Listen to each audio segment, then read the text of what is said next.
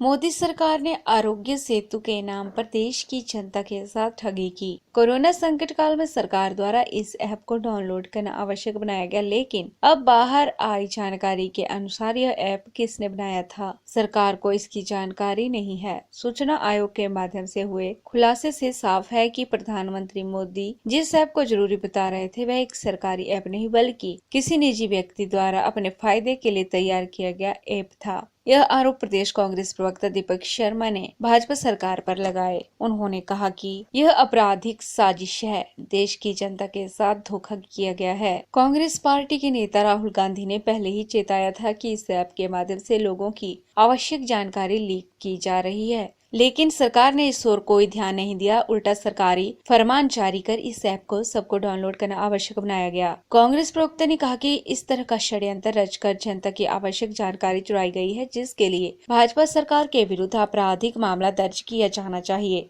दीपक शर्मा ने कहा कि इस ऐप से जनता को फायदा नहीं हुआ, लेकिन इसको बनाने वाले निजी व्यक्तियों को फायदा हुआ। उन्होंने कहा कि षड्यंत्र का पर्दाफाश होना चाहिए और इसको बनाने वाले और लाभ प्राप्त करने वाले व्यक्तियों की जानकारी सार्वजनिक की जानी चाहिए। कांग्रेस नेता ने कहा कि भाजपा सरकार ने देश की सरकारी संपत्तियों सहित महत्वपूर्ण सेवाओं को चंद निजी हाथों को एक सोचे समझी रणनीति के तहत बेचा है। यह भाजपा देशभक्ति के नाम पर देश को लूटा जा रहा है। वर्षों की मेहनत से बनाए गए सार्वजनिक उपक्रमों, रेल सेवा, रेलवे स्टेशनों, हवाई अड्डों को बेचा जा रहा है। यह अत्यंत दुर्भाग्यपूर्ण है। दीपक शर्मा ने कहा कि सरकार द्वारा षड्यंत्र करके की जा रही इस मनमानी का कांग्रेस विरोध करती है और जन जन को जागृत करके भाजपा के भ्रष्ट षड्यंत्रकारी चेहरे को बेनकाब करेगी। आरोग्य सेतु के संबंध में जो जानकारी मीडिया के माध्यम से आई है, उसमें साफ नज़र आ रहा है कि सरकार का कहना है कि हमें ये जानकारी नहीं है कि ये ऐप किसने बनाया था।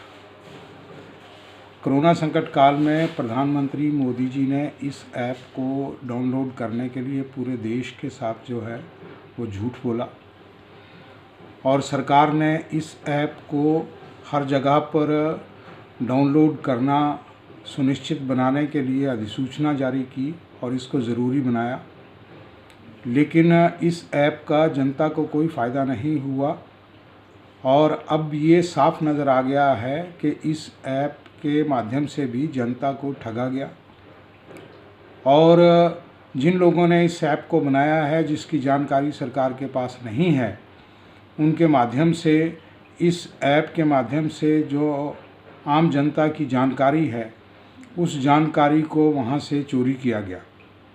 हमारे नेता श्री राहुल गांधी जी ने समय रहते चेताया था कि इस ऐप के माध्यम से आम जनता का निजी डेटा जो है वो लीक हो रहा है और इस ऐप के बंद किया जाए, लेकिन सरकार ने इस ओर कोई ध्यान नहीं दिया।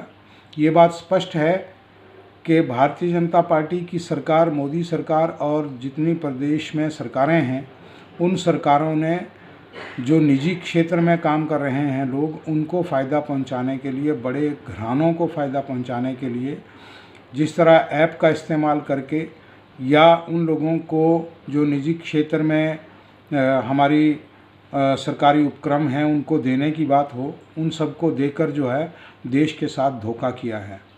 हम ये कहना चाहते हैं कि इस ऐप के संबंध में जब ये जानकारी आई है कि सरकार को मालूम नहीं है कि किसने ये ऐप बनाया है, तो सरकार के विरुद्ध एक आपराधिक मामला दर्ज होना चाहिए। देश की जनता का डेटा चोरी छुपे चुराने के एवज में और जनता के साथ झूठ बोलने के एवज में निसंदेह आपराधिक मामला दर्ज होना चाहिए। और भारतीय जनता पार्टी सरकार जिस तरह से देश के मेहनत से, कड़ी मेहनत से तैयार किए गए सरकारी उपक्रम हैं या सेवाएं हैं, उन सेवाओं को निजी बड़े घरानों को दे रही है, उसका पर्दाफाश करने के लिए कांग्रेस कृत संकल्प है। हम इस बारे में चुप नहीं बैठेंगे और देश की जनता को आगाह करेंगे और बेनकाब करेंगे भारतीय जनता पार्टी की इस तरह की हरकत को। निस्संदेह ये बहुत गंभीर मामला है। हम इसकी निंदा करते हैं और मांग करते हैं कि आपराधिक मामला दर्ज किया जाए। PL TV के लिए हमीरपुर से ब्यूरो रिपोर्ट।